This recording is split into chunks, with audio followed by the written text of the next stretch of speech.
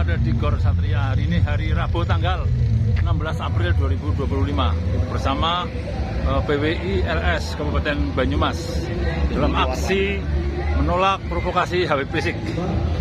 Dihadiri oleh beribu-ribu peserta ini rupanya. Mulai kumpul. Dilakukan dengan cara yang sangat tertib dan dengan cara yang sangat beradab.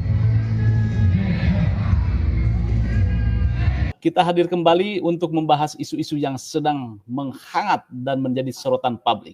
Tema kita malam ini cukup panas dan penuh dinamika, yaitu debat nasab kian panas. Stop provokasi, saatnya negara turun tangan. Ya, kita coba flashback bahwa isu nasab yang sejatinya bersifat personal dan sensitif kini mulai merembet menjadi polemik sosial yang menyentuh ranah politik, budaya, bahkan keamanan. Pertanyaannya, apakah ini sekadar kegaduhan di ruang publik ataukah sudah waktunya negara hadir dan mengambil peran? Malam ini kita saya tidak sendiri, telah hadir 3 narasumber yang kompeten dan memiliki perspektif tajam dalam isu ini, yaitu Dr. Soleh Basari, pengamat sosial politik dari CSIS. Selamat malam, Bung Soleh. Malam, Mas Yusuf. Taufik CH SH sebagai Sekretaris Jenderal Himanu, Himpunan Advokat Nahdlatul Ulama, dan Kiai Haji Ubadillah Tamamunji, Direktur Ponpes As-Sufah Institute. Mari kita gali bersama, kita dengarkan argumen, analisis, dan solusi dari para narasumber. Dan tentu saja kami mengajak Anda semua yang menyaksikan untuk ikut berpikir jernih, menjauhi provokasi, dan membangun diskusi yang sehat. Jangan kemana-mana, tetap di @padasuah TV, karena perdebatan malam ini bisa jadi menentukan arah masa depan kita. Baik, sudah hadir Kiai Ubadillah Tamamunji. Ya, saya kira ini adalah pelaporan yang terbesar ini.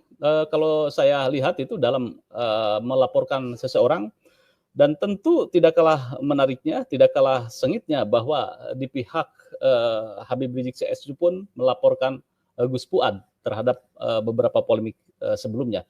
Saya langsung ke Dr. Soleh. Dr. Soleh, bagaimana perspektif Anda ini terhadap polemik nasab kian panas? Apakah negara harus turun? Dan bagaimana menurut Anda polemik nasab ini merambah ke sosial politik? Menurut saya gerakan sosial yang jika dibiarkan ini akan kemana-mana. Silakan Dr. Soleh.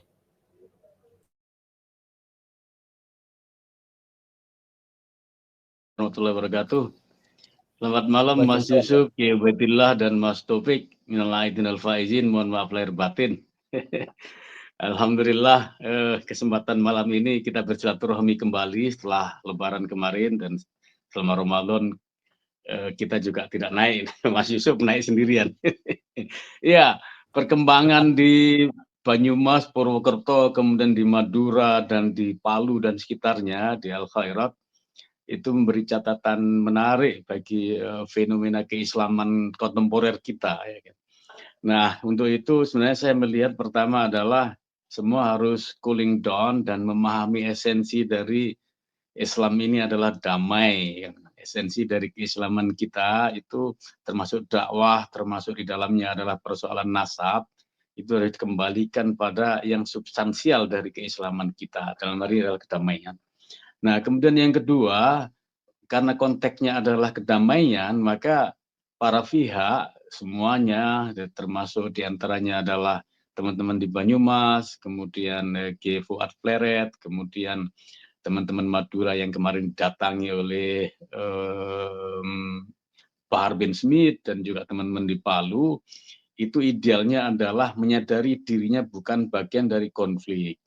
Jadi harus menyadarkan dirinya masing-masing ini, self-consciousness, kesadaran pribadi, bahwa jangan dong sampai seperti itu. Oke, ada 1-2 yang provokasi, tapi jangan kemudian ikut-ikut terprovokasi. Kemarin saya juga yang ketiga membaca rilisnya Ketua Majelis Fatwa Majelis Ulama Indonesia, Profesor Asrorun Niam Soleh, yang menghendaki 1-2 orang untuk atau kelompok-kelompok tertentu yang merasa tersinggung dengan statementnya Gus Fuad Pleret untuk melaporkan kepada pihak yang berwenang. Nah, sebenarnya kan ini menurut saya itu kemajuan ya. MUI dalam hal ini kita menginginkan sebagai melerai konflik-konflik yang ada, mendinginkan provokasi-provokasi dari dua pihak, dua kelompok yang berbeda ini, bukan sebaliknya malah menjadi bagian dari konflik itu. Nah, apa sih sebenarnya yang diperdebatkan? Apa sih sebenarnya yang diributkan? Apa sih sebenarnya yang menjadi penyebab dari gerakan-gerakan yang istilah Mas Yusuf tadi adalah sosial politik, kemudian terjadi pelaporan yang menurut Yusuf Mars tadi adalah terbesar ya, di Banyumas sebagai respon pelaporan atas Fuad Pleret. Nah ini kan para tokoh, para pimpinan, kemudian apalagi lembaga-lembaga resmi ormas-ormas Islam, saya sebenarnya lebih setuju dengan PBNU yang umat tidak usah terprovokasi, tidak usah ikut-ikutan. Nah, ini hal yang menurut saya statement terbaik terkait dengan konflik ini. Sedikit berbeda dengan statementnya Ketua Majelis Fatwa Majelis Ulama yang mendorong komunitas tertentu untuk melaporkan, gitu kan. Nah, untuk itu kita kembalikan kepada, dan yang terakhir saya harus menyikapi Kementerian Sosial dalam hal ini yang menjadi leading sektor pemberian gelar pahlawan nasional, yang menjadi penyebab dari statement kerasnya Fuad Pleret yang kemudian berkembang merembet kemana-mana. Dalam konteks pahlawan nasional, negara tidak boleh memberikan legitimasi tokoh untuk dijadikan pahlawan nasional ketika terjadi polemik, ketika terjadi dinamika yang keras di masyarakat. Negara harus tidak hanya meng-hold dulu atau cooling down dan melakukan edukasi dengan melakukan pendekatan-pendekatan sehingga konstruktif, tidak ada polemik, tidak ada dinamika yang arahnya destruktif. Nah, ini belum dilakukan oleh negara.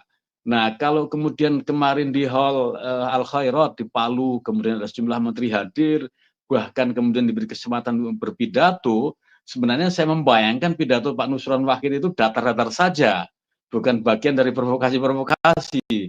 Ternyata Pak Nusron di sini terjebak pada pemihaan atau ngeblok atau bahkan provokasi tersendiri kalau saya baca, kalau saya lihat, saya amati, saya cermati dari pidatonya. Oke lah bahwa Pak Nusron secara pribadi itu setuju dengan kalangan habaib, setuju dengan perjuangan Sis Al-Jufri, tetapi tidak boleh dong sebagai pejabat negara, sebagai tokoh publik, sebagai menteri, kemudian dia bagian dari konflik. Yang disampaikan Pak Nusron itu menurut saya tidak berbeda jauh atau bahkan paralel dengan yang disampaikan oleh Profesor Asrorun Ni'am Soleh, Ketua Majelis Fatwa Majelis Ulama. Nah, dalam konteks seperti ini, semua harus mendinginkan situasi, semua harus kembali kepada misi utama agama ini, semua harus mengembalikan pada apa sih esensi dakwah tersebut. Jangan sampai kemudian ikut-ikutan provokasi atau ikut-ikutan mendorong, mengelompokkan bagian dari konflik masing-masing. Nah, kita juga tidak ingin pidato keras-kerasan atau provokasi keras-kerasan juga, gitu kan. Jadi saya ingin atau teman-teman saya mengajak teman-teman untuk meletakkan konflik ini dalam tanda kutip atau polemik tentang nasab ini dikembalikan kepada wilayah masing-masing, dikembalikan kepada kesadaran pribadi masing-masing.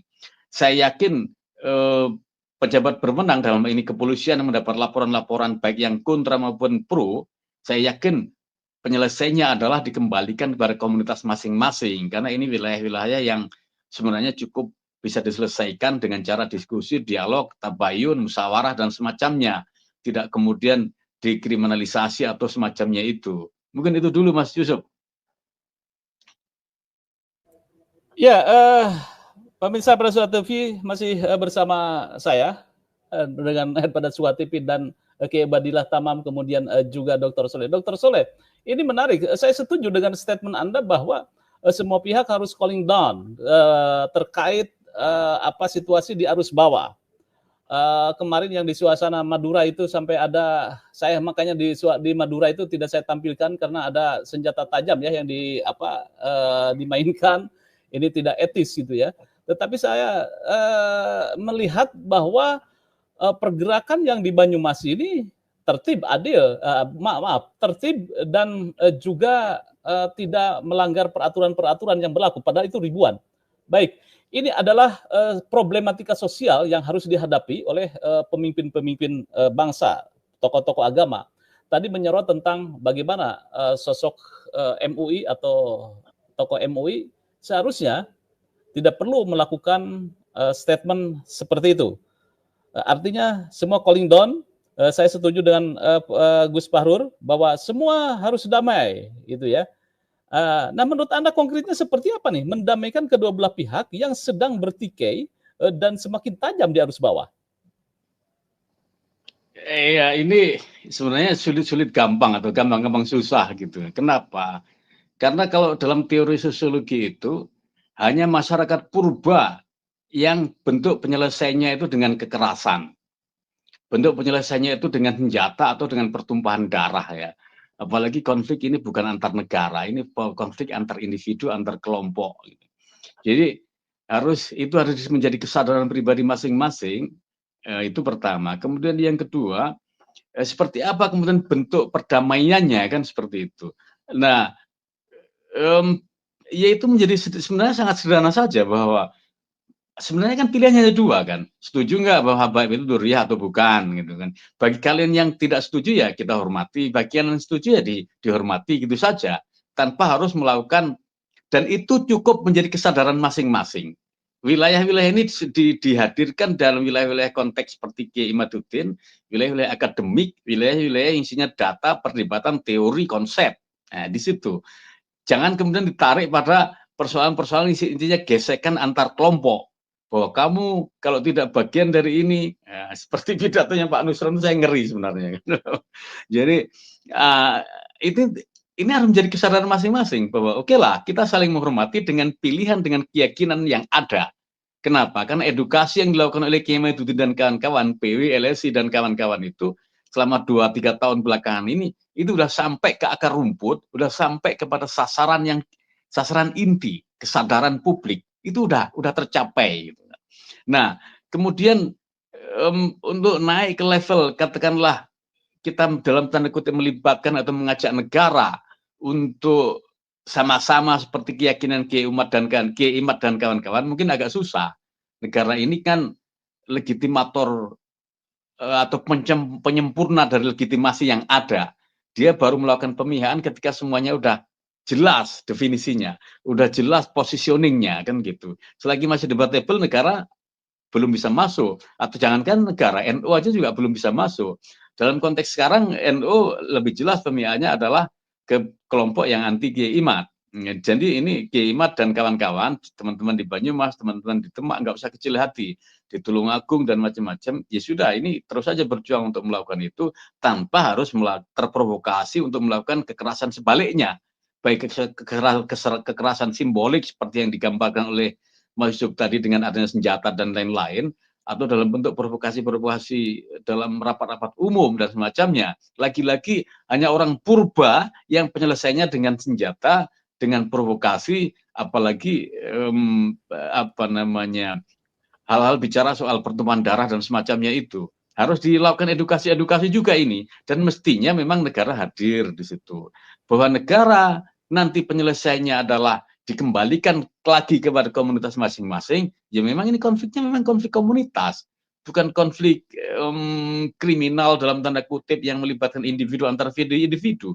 Ini adalah soal konsep, soal kesadaran, soal keyakinan, dan itu semestinya adalah cukup dipantau. Negara tidak mungkin memihak itu. Mungkin gitu Mas Yusuf. Oke. Baik, ini tensi politik dan keamanan ya, ketika kelompok-kelompok yang pro dan kontra saling lapor ke polisi, memobilisasi massa, atau mengancam satu sama lain di media sosial, itu sudah masuk kategori potensi politik horizontal. Nah, negara bisa dianggap tidak hadir kalau masuk atau kalau masuk malah dianggap memihak. Nah, apakah Anda melihat ke arah sana ini? Bahwa tensi saling lapor kemudian saling pengerahan massa ini akan menjadi potensi untuk konflik horizontal? Untuk aparat-aparat di daerah, saya yakin mereka belum menentukan sikap ya dalam tanda kutip. Artinya apa? Artinya bahwa belum ada kebijakan nasional tentang penyikapan terkait konflik habaib ini. terkait isu tentang habaib ini. Kalau ada penyikapan nasional, pasti aparat-aparat di daerah, di Banyumas, di Madura, di Palu, di Demak, di Tulungagung, di Jember, dan macam-macam, pasti penyikapannya tunggal. Nah, mereka ini tidak ada arahan dalam tanda kutip, karena penyikapan nasional belum terjadi. Saya yakin itu penyelesaiannya adalah kreativitas masing-masing penanggung jawab keamanan masing-masing ya. Itu pertama. Kemudian yang kedua, apa namanya, pelibatan negara dalam konteks ini, negara pelibatan dalam arti itu bisa masuk hanya persoalan pada ketika terjadi chaos ya, ketika terjadi benturan sosial, ketika terjadi gesekan antar kelompok, itu baru masuk. Tapi untuk masuk pada isu tentang habaib ini, saya meyakini belum saat ini atau belum sekarang. Kenapa? Karena penyikapan negara tentang isu habaib ini belum ada. Dan negara pun juga belum tergerak misal untuk minta fatwa, minta pendapat dari Nahdlatul Ulama atau dari Majelis Ulama misalnya, dua stakeholder yang berkepentingan langsung dengan isu habaib ini. Nah, relasi antara NU dan habaib, ulama-ulama Nusantara dengan habaib, kiai-kiai kita dengan habaib ini kan sebenarnya kayak saudara ya, atau memang saudara. Persis kayak relasinya antara teman-teman Muhammadiyah dengan kalangan Al-Irsyad Islamiyah. Nah, ini kok bisa antar saudara kemudian gontok-gontokan seperti ini, kerasnya kan gitu kan.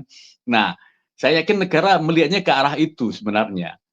Baru kalau kemudian ada dorongan atau lebih keras lagi, bisa saja negara meminta fatwa Majelis Ulama atau minta pendapat dari PBNU untuk menyikapi hal ini.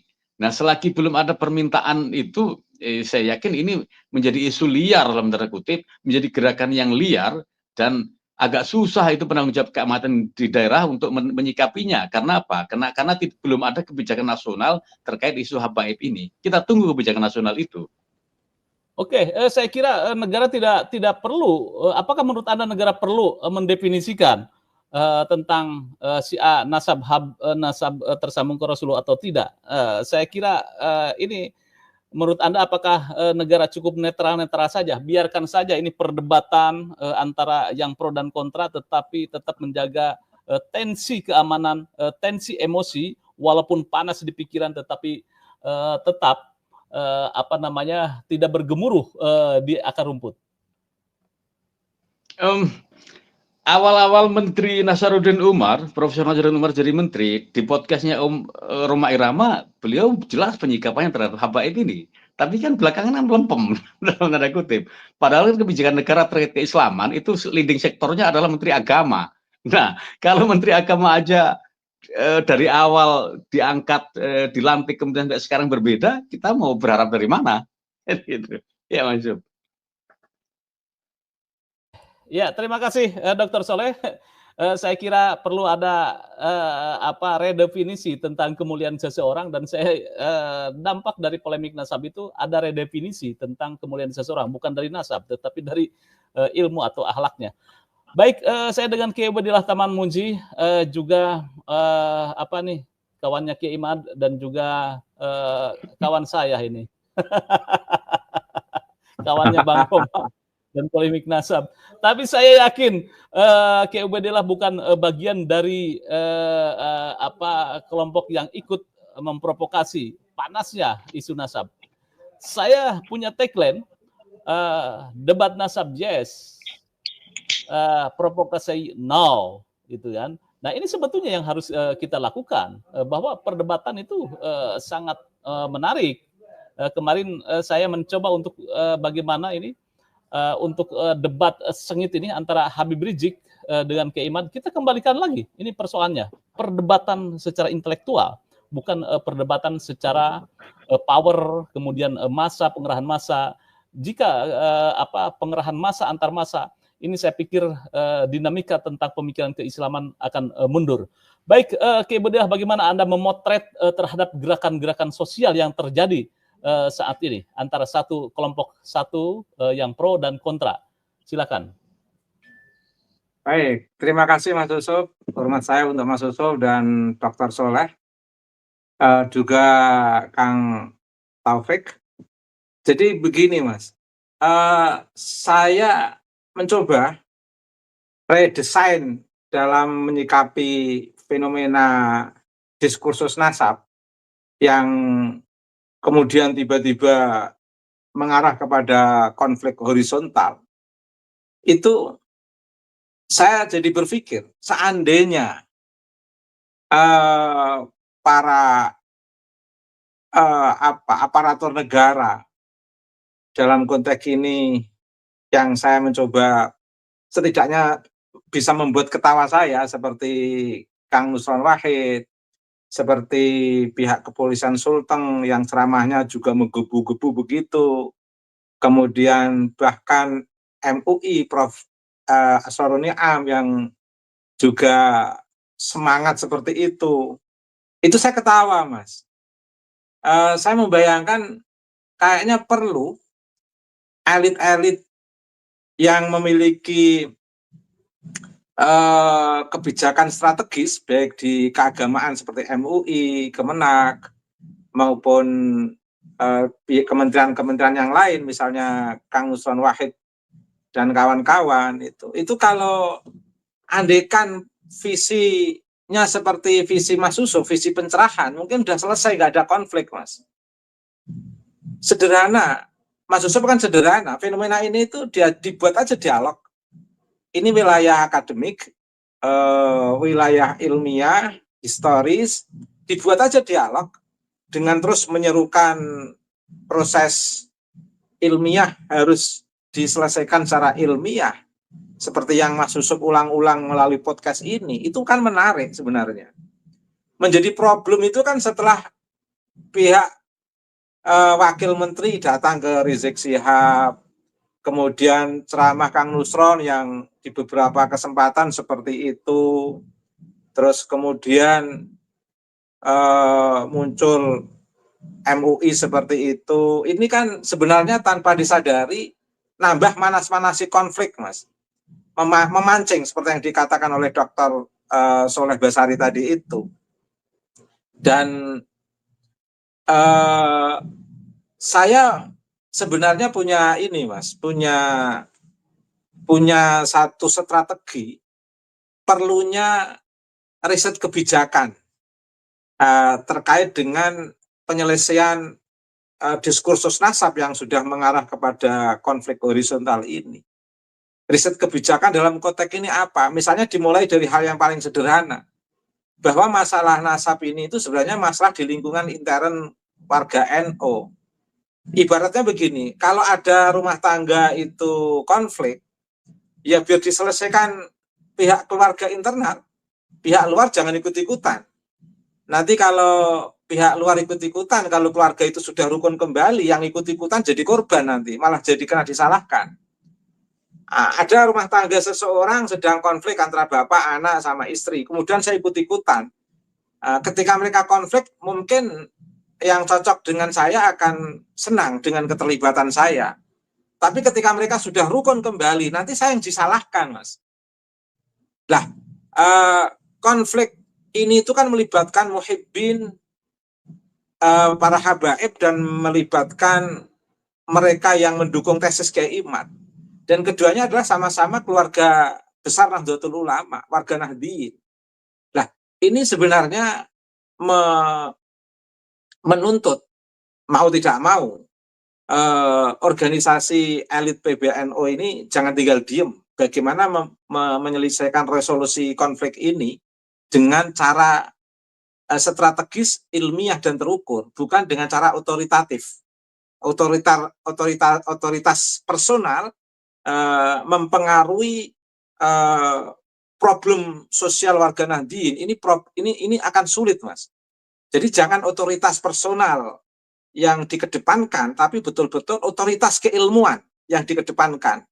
Bagaimana basis Basul Masail ini bisa menyelesaikan konflik ini, dan bagaimana tingkat elit kepemimpinan ini betul-betul memiliki resolusi yang betul-betul menyelesaikan masalah ini dengan pendekatan-pendekatan yang ilmiah, bukan otoritas personal, maksud saya.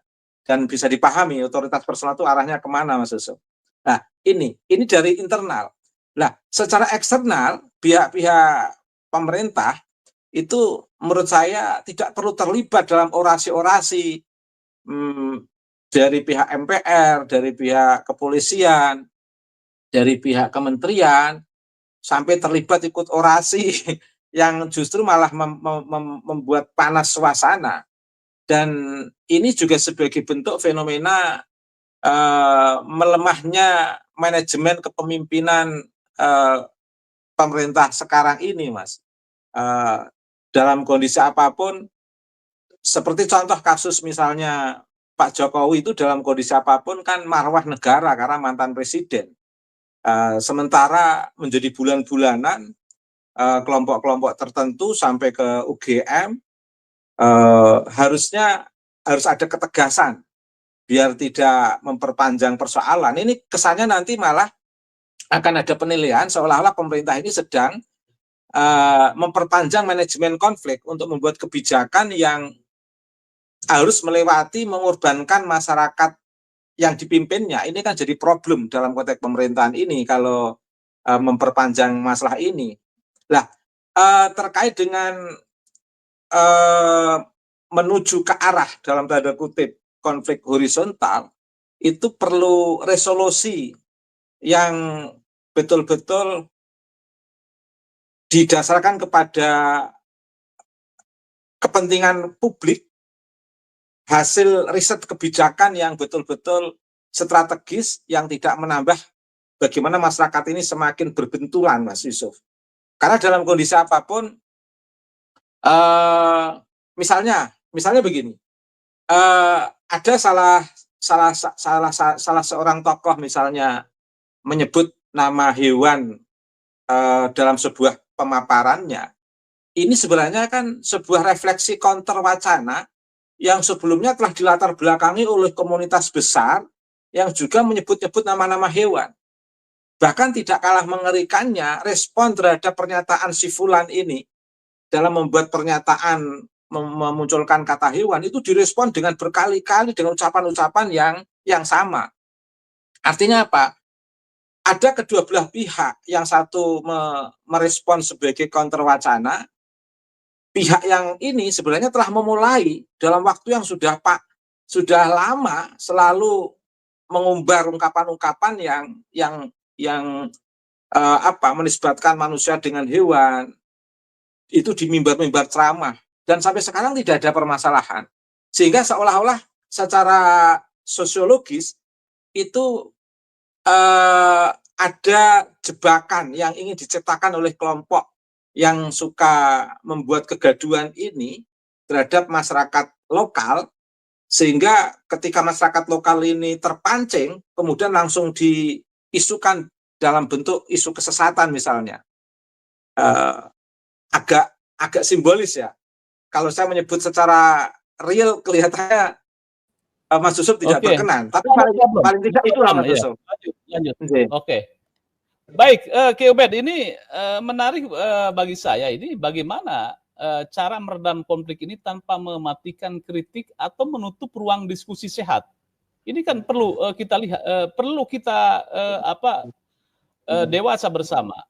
Katakan Ki Imad memberikan tesis, mengkritisi atau menafikan, merungkankan ya bahasa gaulnya itu nasab Bang Alawi. Tetapi Bang Alawi pun pihak yang lain juga sama memberikan counter wacana terhadap ini, tetapi tidak mematikan kritik atau menutup ruang diskusi sehat. Ini bagaimana nih Anda bisa memberikan wacana? Kembali pada diskursus awal, Mas. Biarkan secara ilmiah biarkan masing-masing pihak itu berbicara secara ilmiah. Tidak perlu pihak pemerintah itu ikut terlibat seolah-olah manas-manasi, Mas. Dengan pidatonya Kang Nusron Wahid itu mau tidak mau itu manas-manasi, jujur aja, Mas. Dengan kehadiran tokoh-tokoh tertentu di Habib Rizik itu manas-manasi menurut saya. Sebelum adanya fenomena itu kan happy-happy saja sebenarnya, Mas. Kemudian tapi kan panasnya ini kan bermula dari pernyataan satu tokoh terhadap calon yang diusung sebagai calon pahlawan, katakan begitu. Tetapi ini kan pernyataan yang tidak bisa berdiri sendiri, Mas.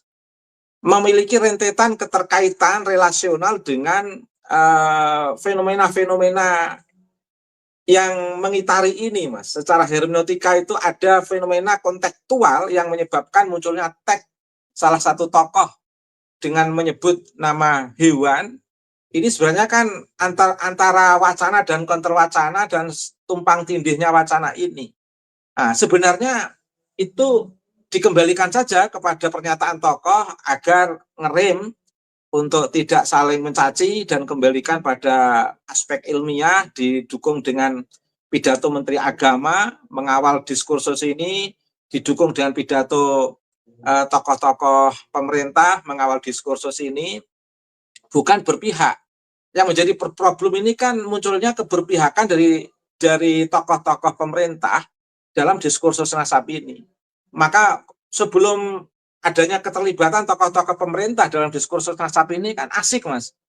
Mas Yusuf mengawal dengan podcast-podcastnya. Nah, mulai panas ini kan sebenarnya ada latar belakang kelompok ekstrim yang mencoba memanasi fenomena ini. Oke, sebagai sebuah kasus misalnya adanya fenomena pengusulan sebagai calon pahlawan. Ini kan sehat, tidak apa-apa, Mas. Wajar kelompok Al-Khairiyah mengusulkan Habib Idrus bin Salim Al-Jufri sebagai calon pahlawan, itu menurut saya normal dan wajar, Mas. Dan wajar juga masyarakat mengkritisi. Dan ini kan asik, Mas, sebagai proses dialektika antara orang yang mengkritisi calon pahlawan dengan kelompok yang mengajukan sebagai calon pahlawan. Ini normal menurut saya, Mas. Yang tidak normal itu ketika ada kelompok ekstrim yang menjadi dalang fenomena diskursus ini seolah-olah harus menjadi konflik. Dan sampai munculnya ceramah-ceramah yang menyerukan untuk perang, mengasah golok, dan fenomena yang disetel Mas Yusuf itu tadi juga di Madura misalnya, Mas. Bahkan di Madura itu tidak kalah lebih mengerikan lagi, bahkan bawa pedang dan terang-terangan ancamannya itu tidak kalah mengerikan. Kalau di Banyumas itu kan menurut saya sebagai bentuk apel, Mas. Apel yang masih sehat menurut saya. Tapi kalau di Madura ini kan bukan apel lagi, tapi betul-betul dengan ungkapan-ungkapan yang saya tidak mau mengulang, nanti khawatir di framing nanti, Mas. Oke, makasih Mas Yusuf. Baik, menurut Anda ini apakah mungkin ya islah atau masih mungkin dilakukan antara pihak-pihak yang berseteru ini antara yang pro dan kontra ini? Kalau melihat fenomenanya seperti sekarang. Masih sangat mungkin, Mas. Kita ini kan perlu membuat penyadaran kepada publik bahwa jangankan yang Islam, Muslim, kafir saja ada kafir harbi, ada kafir dhimmi, Mas. Artinya orang kafir pun ada yang wajib untuk dilindungi kalau mereka tidak mengancam nyawa komunitas masyarakat, termasuk komunitas masyarakat Muslim. Ini kan ada sesat logik, sesat konsep keislaman pihak-pihak tertentu yang menyerukan perang seolah-olah ada Muslim harbi. Kan nggak ada Muslim harbi itu kan nggak ada, Mas. Nggak. Nah, ceramah-ceramah kelompok-kelompok tertentu yang mengajak perang, asah golok, itu kan mereka telah memunculkan satu alam bawah sadar yang sebenarnya di sana seolah-olah itu ada konsep Muslim harbi. Tidak ada Muslim harbi, tidak ada. Itu kelompok takfiri yang ingin merusak Islam menurut saya, Mas. Jadi kalau ada orang berserban, berimamah, mengajak perang sesama umat Islam, itu mereka punya konsep Muslim harbi. Seolah-olah ada umat Islam yang menjadi sasaran peperangan yang akan mereka gelorakan. Ini kan problem. Nah, ini sudah kelompok ekstrim menurut saya ini, Mas. Nah, ketika ini menjadi pendorong adanya fenomena konflik dalam diskursus nasab ini, sebenarnya kan jelas dalangnya. Dalangnya adalah mereka yang memunculkan konsep Muslim harbi secara nyata, real di lapangan, mengajak orang untuk perang. Dan ini adalah kesesatan yang nyata dan berbahaya sekali, Mas ini. Oke, ya. Baik, saya sepakat bahwa diskursus nasab ya, polemik nasab itu adalah menjadi sebuah kajian akademik. Karena di situ ada epistemologi, ada kemudian konsep-konsep kesejarahan dan sebagainya. Ini yang menjadi muncul perlawanan bahwa perlawanan sehingga pro kontra seperti ini. Saya langsung ke apa namanya, Dr. Soleh. Dr. Soleh, apa pendekatan paling bijak agar nasab tetap dihormati ya, kemudian tapi tidak menjadi sebuah konflik, dan seperti apa idealnya negara hadir dalam konflik seperti ini? Sebagai penengah, pengatur, atau hanya pengamat? Pertama adalah negara harus memfasilitasi dalam konteks mengambil alih isu ini. Itu harus ya. Dan Menteri Agama Nasruddin Umar telah memulai itu dengan luar biasa di podcastnya Roma Irama itu. Sebenarnya kan kita tinggal mengikuti roadmap aja itu gitu kan.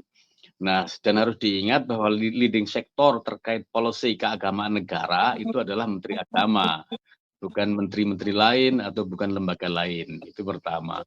Kemudian yang kedua, saya setuju dengan Kiai Ubaidillah tadi, dari mana ini dimulainya agar tetap produktif. Ya kalau dalil dijawab dengan dalil, teori dijawab dengan teori, konsep dijawab dengan konsep, referensi dijawab dengan referensi, tesis dijawab dengan tesis. Itu hal yang sifatnya lumrah dalam diskusi, dalam perdebatan yang nuansanya akademik. Tidak kemudian digeser ke akar rumput, teori, tesis, data, kemudian dilawan dengan provokasi, dilawan dengan menunjukkan senjata tajam. Ini beda kasus, beda konteks. Nah, kemudian yang ketiga, ya ada baiknya lagi-lagi tokoh-tokoh itu cooling down, tidak bicara apapun mereka adalah pejabat publik, meski itu pendapat pribadi, tapi orang kemudian cenderung melihat bahwa dia apa itu namanya emblem yang melekat di dirinya itu adalah pejabat negara, baik pejabat agama maupun pejabat dalam konteks kementerian. Nah ini menurut saya agak memperkeruh situasi ya, bahwa awalnya ini adalah misal tadi Kiai Ubed menyebut, Kiai Fuad Peret yang menyebut ini itu adalah bagian dari kontra narasi, karena sebelumnya para habaib, sebagian habaib juga menyebut nama-nama yang menurut saya tidak pantas, kan gitu. Nah, untuk itu maka kemudian masing-masing harus ingat bahwa janganlah negara itu mengambil alih tugas ulama, tugas habaib, tugas kiai, memberi mauidhah hasanah, memberi pesan-pesan kebaikan, pesan-pesan moral, pesan-pesan etis. Nah, kalau kemudian negara mengambil pesan-pesan itu, kemudian ulamanya, habaibnya, pengikutnya itu adalah konflik, ini kan agak lucu.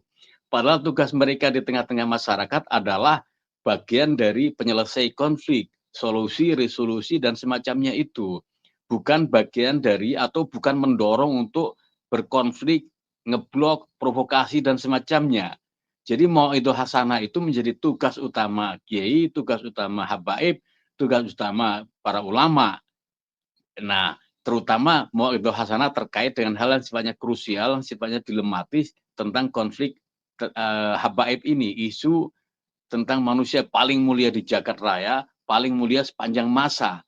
Masa sih kita mendiskusikan beliau, menghormati Rasulullah, kemudian dengan cara-cara yang sebenarnya itu bukan menjadi pola, bukan menjadi standar baku kita. Nah, kalau standar baku kita itu kan, ya sudah, kalau kita mau diskusi yang baik, negara memfasilitasi di situ. Bukan negara malah melerai orang-orang yang biasanya itu bicara soal kebaikan.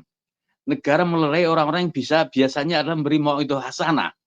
Negara melerai konflik yang isinya adalah orang-orang baik memperebutkan tentang manusia paling suci. Ini kan agak lucu sebenarnya. Nah, bagaimana caranya itu? Ya dikembalikan kepada kesadaran pribadi masing-masing. Kalau menurut saya sih, bahwa keyakinan seseorang itu bagian dari dzurriyyah Rasul atau bukan, kembalikan pada masing-masing keyakinan masing-masing.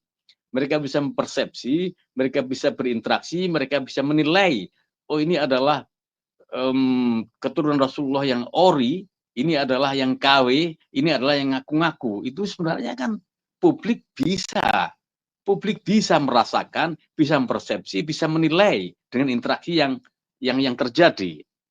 Jadi bisa saja bahwa kenapa Pak Nusron itu begitu dalam masuk dalam konflik ini, bisa saja bahwa Pak Nusron pengalaman hidupnya itu adalah mendapat keberkahan dan itu empirik sifatnya, terjadi kesehari-harian. Kita juga tidak bisa menyalahkan 100% Pak Nusron. Tapi Pak Nusron juga tidak bisa menyalahkan orang-orang yang berkeyakinan berbeda dengan Pak Nusron. Maka disinilah kedewasaan itu menjadi penting, kejernihan itu menjadi dihajatkan, dan diskusi-diskusi itu menjadi niscaya. Tetapi yang produktif, konstruktif, seperti yang Ki Ubed tadi menyebut, bahwa dalil dijawab dengan dalil, konsep dijawab dengan konsep, teori dengan teori, bukan kebalikannya. Mungkin itu Mas Yusuf. Ya, saya setuju bahwa era 90-an itu era di mana sistem kritisme itu muncul ya di kampus-kampus. Ada sosok Nurhalis Majid mendekonstruksi tentang apa pemikiran keislaman atau syariah gituan. Itu hal yang menurut saya itu menarik tentang pluralisme, dan itu menjadi dinamika menurut saya hidup di situ. Abad sekarang ya, era sekarang saya melihat bahwa karya Kiai Imad itu layak untuk menjadi sebuah diskursus, bukan penghakiman. Ini yang saya amati, bahwa kajian Kiai Imad itu jangan dijadikan sebuah penghakiman baik yang pro dan yang kontra, tetapi bagaimana kajian Kiai Imad menjadi sebuah diskursus dari kedua belah pihak. Katakan yang pro ya bahwa ini ternyata seperti ini gitu kan hasilnya, dan yang kontra memang terjadi penemuan seperti itu. Baik, saya pertanyaan selanjutnya, Dr. Soleh, apa Anda yakin ini istilah kedua belah pihak di dalam satu forum kembali untuk berdiskusi?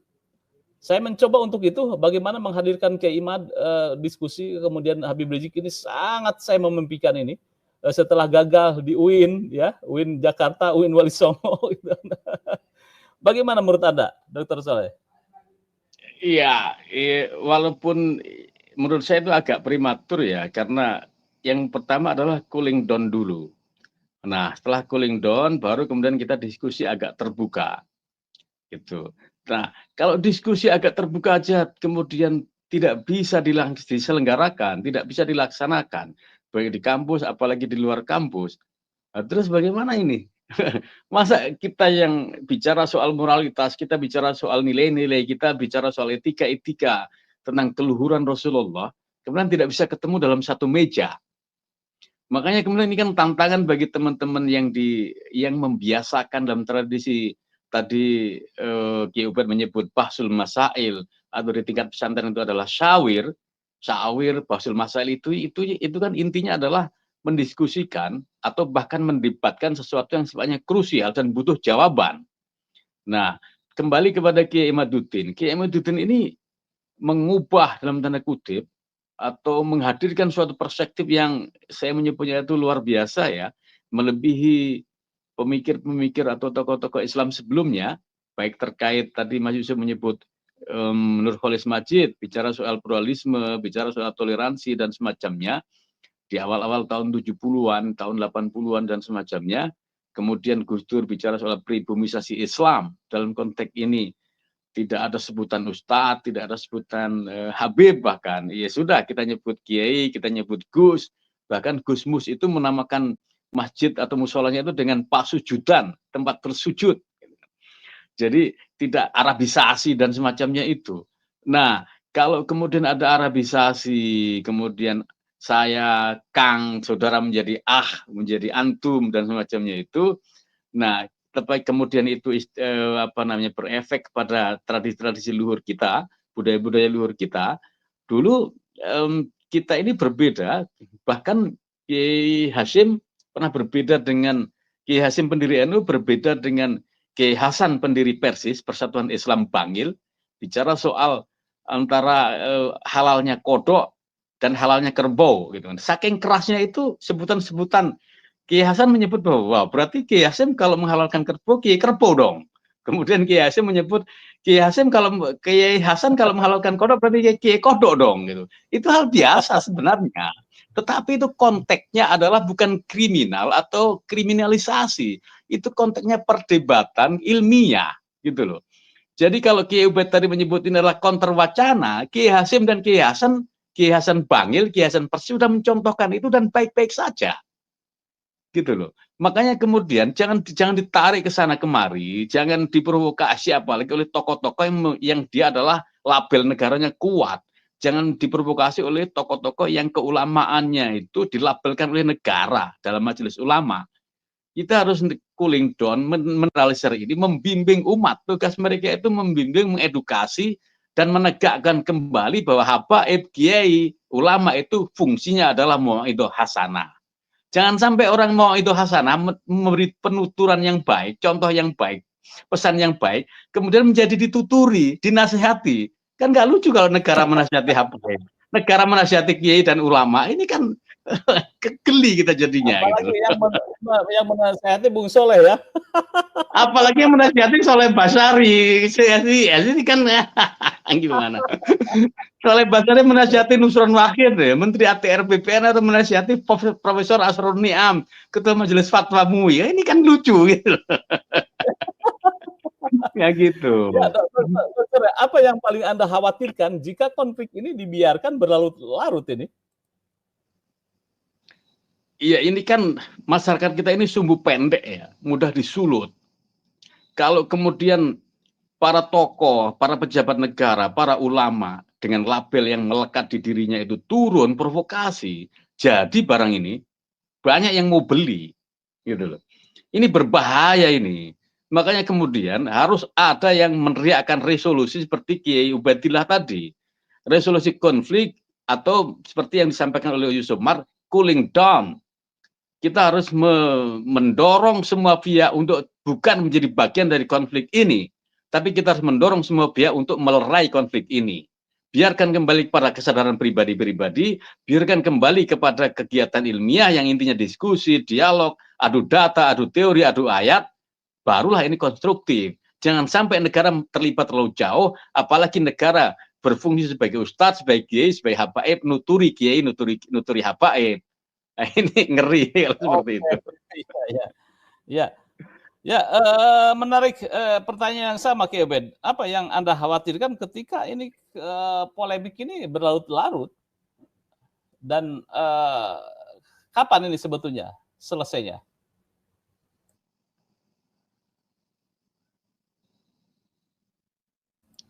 Speaker Anda, Ki Obed.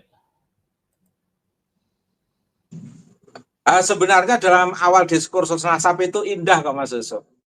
Yang menjadi problem kan seperti yang disebutkan oleh Dr. Soleh tadi, ada keterlibatan pihak-pihak tertentu yang membawa simbol pemerintah negara dalam diskursus ini. Jadi seolah-olah itu malah manas-manasi gitu loh Mas. Terlibat memihak salah satu pihak sebenarnya. Didukung di sana ada ormas yang secara historis sudah sangat masyhur sebagai ormas yang ekstrim untuk ikut berbicara, sehingga seolah-olah memang konflik ini itu semakin memanas. Sebenarnya kalau mengikuti alur pada suka, membiarkan ini dalam diskursus akademik itu menarik sebenarnya, Susul. Bisa untuk edukasi kepada masyarakat. Artinya memang ini mungkin sudah sebagai qadarullah, Mas, sebagai kuasa Allah. Kebetulan juga ada film di Malaysia, film bid'ah, itu ternyata penontonnya juga membludak, Mas. Ini memang sebagai sebuah fenomena yang sudah disadari masyarakat dunia terkait dengan hegemoni klan tertentu di tengah masyarakat yang memang harus distandarkan, diegaliterkan, disetarakan dengan komunitas secara luas, Mas.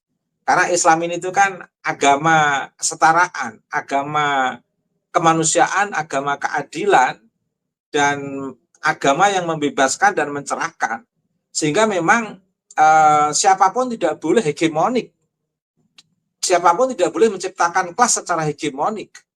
Kelas sosial itu ada sebagai sebuah realitas, tapi jangan diciptakan secara hegemonik oleh personal atau oleh kelompok-kelompok tertentu. Memang dalam wilayah sosial itu ada yang namanya sebagai pegawai negeri, ada pedagang, ada petani, ada tenaga profesional. Ini kan bentuk kelas yang sebenarnya alamiah, Mas. Tapi jangan diciptakan untuk menghegemoni kelompok-kelompok tertentu, diciptakan oleh personal tertentu atau kelompok tertentu atas kelompok tertentu, itu jangan sampai terjadi, Mas. sebenarnya ada kelompok-kelompok yang mencoba membuka diskusi ini dalam konteks tesis Kiai Imad, didukung oleh banyak pihak. Banyak pihak yang mendukung tesis ini kan sebenarnya mereka yang sedang haus kesetaraan, Mas. Nah, ya udah dibiarkan aja dalam bentuk diskursus yang mengarah kepada kesetaraan. Pemerintah ngawal saja. Kalau sekiranya ada kelompok-kelompok ekstrim yang memantek untuk kekerasan, untuk konflik, untuk peperangan, pertumpahan darah, itu pemerintah harus segera menghentikan itu. Jangan malah sebaliknya. Makanya kayak sebuah lelucon, Mas. Pihak kepolisian ikut pidato di kelompok tertentu, kemudian ada menteri pidato di kelompok tertentu, ada MUI pidato untuk menguatkan kelompok tertentu. Nah, ini kan jadi problem yang kemudian malah meluas menurut saya, Mas. Terima kasih. Baik, ini Mas Taufik bagaimana nih? Kok munculnya nih di bagian terakhir ini? Monitor Mas Taufik? Halo? Mas Taufik? Bisa dimonitor ini Mas Taufik? Sebetulnya saya ingin berbicara dengan Mas Taufik tentang kajian hukumnya itu ya. Mas Taufik, halo? Kayaknya nih ada problem ini pemirsa. Halo, TV. Ini mana? Saya kabar tidak bisa muncul, tapi suara masuk nggak suara? Oh, suara masuk ya, silakan. Oke. Enggak, masalahnya aku diblokir dari Mas Yusuf. Enggak diblokir ini. Jadi kalau di web saya ada apa? Ya, The host has blocked your from entering the studio. Loh. Oke. Enggak diblokir ini, enggak ada mungkin problem ini. Baik, Mas Taufik. Ini kalau ini berlalu dari kacamata hukum Anda bagaimana nih? Oke. Dari kacamata hukum Anda bagaimana? Halo. Apa yang perlu disoroti yang tadi? Halo, masuk suara saya ya? Ya, masuk ya. Dari perspektif hukum, Anda memandangnya seperti apa ini tentang polemik ini? Silakan. Terkait dengan provokasi itu ya. Silakan. Halo, ya. Jadi pada ya. Yang perlu saya analisis dari aspek mananya nih? Mas Taufik, ini kan polemik nasab itu sudah masuk ya. Sekarang itu dalam konflik sosial menurut saya, saling melapor sana sini gitu ya. Kemudian juga tak kunjung usai. Nah, menurut Anda ini bagaimana nih dari perspektif hukumnya ini?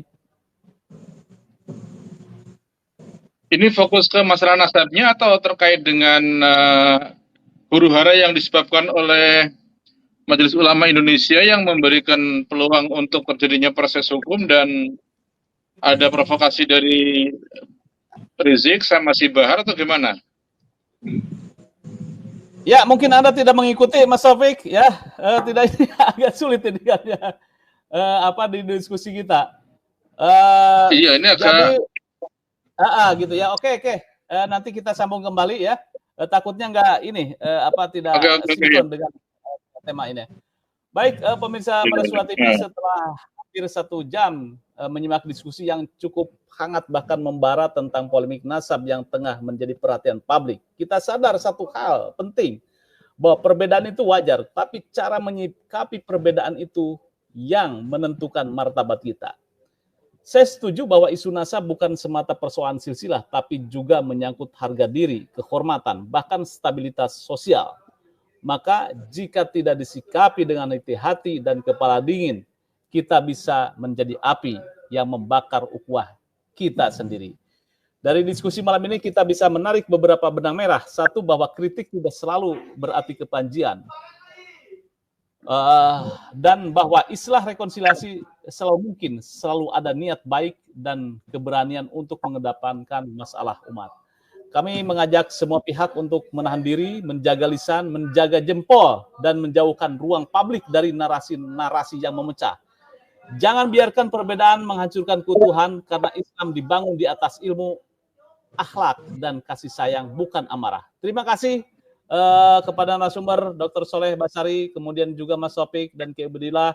Semoga apa yang disampaikan malam ini kita membuka ruang-ruang baru bagi perdamaian, pemahaman, dan persatuan. Saya Yusuf Mares, mohon maaf jika ada kehilapan dalam memandu diskusi ini. Terima kasih. Wassalamualaikum warahmatullahi wabarakatuh.